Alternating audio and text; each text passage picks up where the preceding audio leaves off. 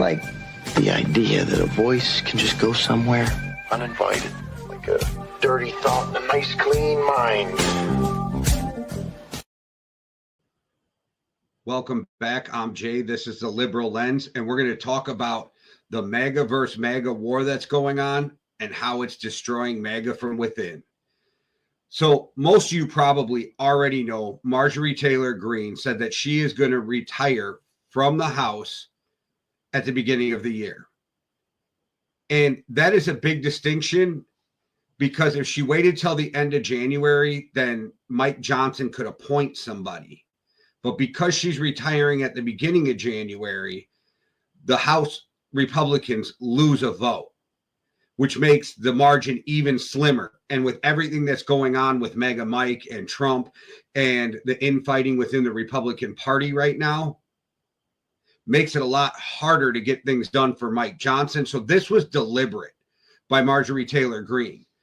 But what we have found out is she is not the only one who is upset. There is a lot of Republicans right now who are upset because Trump was about to drop his health care plan to help Americans deal with the rising cost of health care.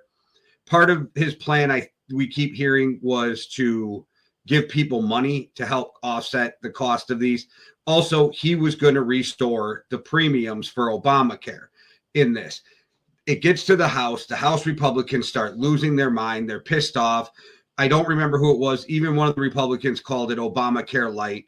So they're upset. But there is this war going on within MAGA, because a couple months ago, there's no way any of the House Republicans would have got out of line and not just carried Trump's water and did whatever he said and backed whatever he wanted. The dam's breaking. Marjorie Taylor Greene decides she's leaving in the middle of her appointment as Congresswoman. So leaving an open seat, giving less votes. You've seen other Republicans not run for re-election, but that was kind of different. They were the old Mitt Romney type Republicans, the John McCain type Republicans, and they were chased off, like Liz Cheney, right? They were chased off. The thing with Marjorie is completely different, because she fires back at the president, but we got to remember, she was hardcore MAGA. That's how she got elected. She got elected by being Trump's biggest supporter, and now she defected. And now there's reports coming that she's not the only one. A few other GOP members messaged us over the weekend saying that they too are considering retiring in the middle of the term. Here's one particular senior House Republican. This entire White House team has treated all members like garbage, all. And Mike Johnson has let it happen because he wanted it to happen. That is the sentiment of nearly all appropriators, authorizers, hawks, doves, rank and file. The arrogance of this White House team is off-putting to the members, who are run roughshod and threatened. They don't even allow little wins, like announcing small grants or even responding from agencies. Not even the high profile, the regular rank and file random members are more upset than ever. Members know that they are going into the minority after the midterms. More explosive early resignations are coming. It's a tinderbox. Morale has never been lower. Mike Johnson will be stripped of his gavel, and they will lose the majority before this term is out. So this is what we have going on with the GOP right now. And I guess it's not even really the GOP, because it's MAGA, right? Like, the GOP is kind of dead. The grand old party, as they were called, the party of our grandparents, is gone. MAGA killed it. Mitt Romney was kind of killing it, and John McCain was probably the last guy running president who was true GOP. But Trump came in with a wrecking ball, and MAGA just destroyed it. And then you have Marjorie Taylor Greene responding about what's going on inside of MAGA right now. Fact check, true. But it's worse than people inside the bubble know. When you talk to real Americans outside of the wicked snow globe of Washington, D.C., myself and many other colleagues came courageously roaring into 2025 with legislation that matched the 2024 election mandate, only to be totally sidelined by Johnson under full obedience of the White House. Executive orders are temporary. Q memes have not and obliterated the deep state. My colleagues consistently tried to pass loyalty tests instead of demanding what is right. Won't help Americans pay their rent or stop corporations from buying up homes, buy their groceries, provide good paying jobs, and stop foreigners with visas from stealing their jobs. Stop American tax dollars from funding foreign wars, rebuild the value of the dollar. Passing effective legislation that gets signed into law is permanent and actually solves America's problems. Now that House members are switching gears into campaign mode and will be fighting for their lives, our legislative majority has been mostly wasted. Our best shot was the first 6 to 9 months, and when Republicans lose the midterms, it will become total and complete political war and gridlock once again. The uniparty always wins no matter which way the political pendulum swings, leaving American people empty-handed. What is the convincing message for 2026 and likely 2028? It will be American people asking candidates, what tangible things have you done for me? And how it did it or will it make my life better?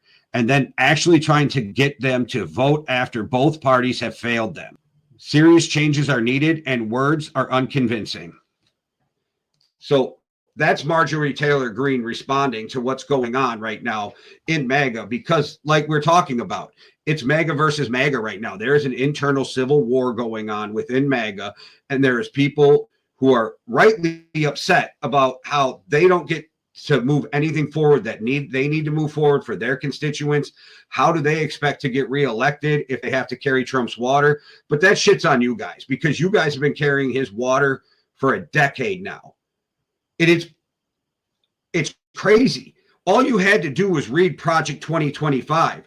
I mean, you can go through all the things that have been enacted by Project 2025. Somewhere in like 307, I read that a while ago. Somewhere in the 300s, they even talk about destabilizing farmers so that they can control crops. And if you look what's going on with soybeans right now, it is destabilizing farmers and their exportability.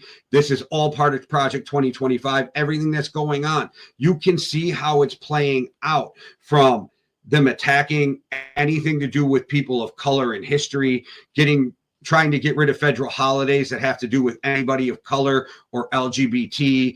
They tried to scrub the government websites of any history of people with color. They've been slowly doing that. All of these things are part of Project 2025. They want to get rid of food stamps. They want to get rid of Obamacare. They want to get rid of Medicare. They want to privatize Social Security. These are all parts of Project 2025. They're in there. You can go read them yourself. And this is all playing out in front of our eyes. And now part of MAGA wants to act surprised, like, oh, we didn't know this was happening. Yeah, you did. You just didn't know it wasn't going to work. And you didn't know the American people were going to get pissed off and fight back the way they are. And now you guys are scrambling, trying to figure out how to get reelected, because Trump put you in such a fucked position, and you guys accepted it by doing whatever he said, defending him and carrying his water. I mean, if you even remember when Marjorie Taylor Greene would say that Trump did something wrong, she wouldn't blame Trump. She would even say, oh, he's got bad people around him. He's being advised by the wrong people. It was always an excuse. But now you want to come out and you talk about how you want to do what's right for the people. Now that you're being threatened, now that it's affecting your family, you want health care now that your kids' health care is going to skyrocket. There's always something with the Republicans that has to hit home for them before they see the light. All right, everybody. There is a war going on with MAGA. I say we just stay out of the way and let them destroy each other from within, because that's the best thing that can happen going into the midterms. Let them start fighting amongst each other. Let people start retiring in the middle of terms. It will just help out the blue wave come the midterms. And that's what we need. We need a blue fucking wave in the midterms. And I mean like a fucking blue tsunami. All right, guys, thanks for watching. I appreciate all your support. We're seeing a little bit of growth on YouTube, so I appreciate that. We are killing it on Facebook. I love you guys. Please go over to YouTube, hit that subscribe, help us out there. Plus, the videos I make, you never know when you're going to get kicked off of Meta. So if you follow on YouTube, you won't ever have to worry about that. All right, everybody. Thanks for watching. Make sure you like and subscribe, hit the notification button, and drop a comment. One world, one love. Deuces. Everything's polluted. The environment, the government, the schools, you name it. This radio person is the whole problem. Are we going to allow this guy to be heard by anyone who can turn a dial? You out there? You listening?